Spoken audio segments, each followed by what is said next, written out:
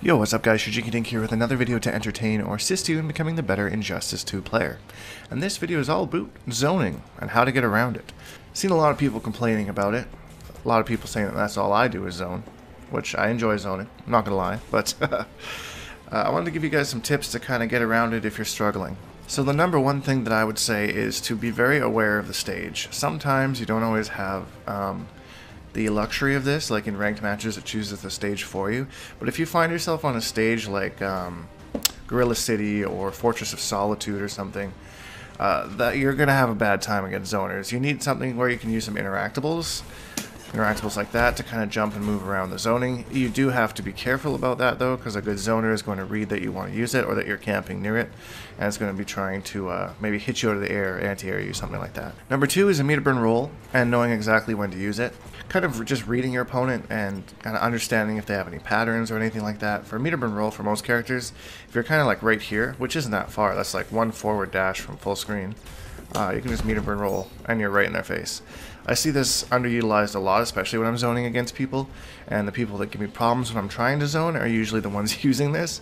So it's super underrated, and just don't forget that it exists. Next tool is spacing. Try and kind of get yourself, if you can get yourself to kind of this range here, this is good against most of the zoners in the game.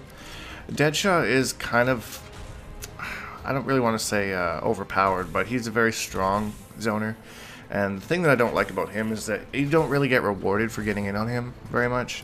His up-close game is quite strong with lots of staggers, and he does decent damage in 50-50s.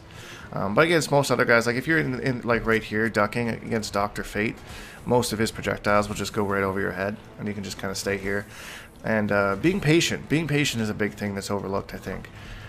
Just kind of waiting for them to do something, because in here it's kind of risky for them to throw a projectile, because you could punish it if you want, or you could just jump at them and start a combo or something that way.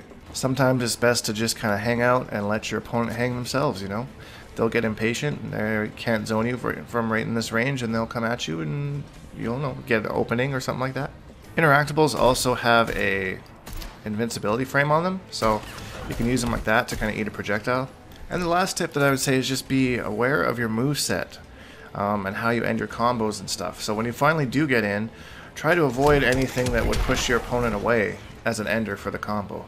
Maybe switch up your combos or find a different way, even if it's like a juggle combo or something, to like find a way to kind of leave them so that you can still pressure them and stay on them and keep them where you really want to be.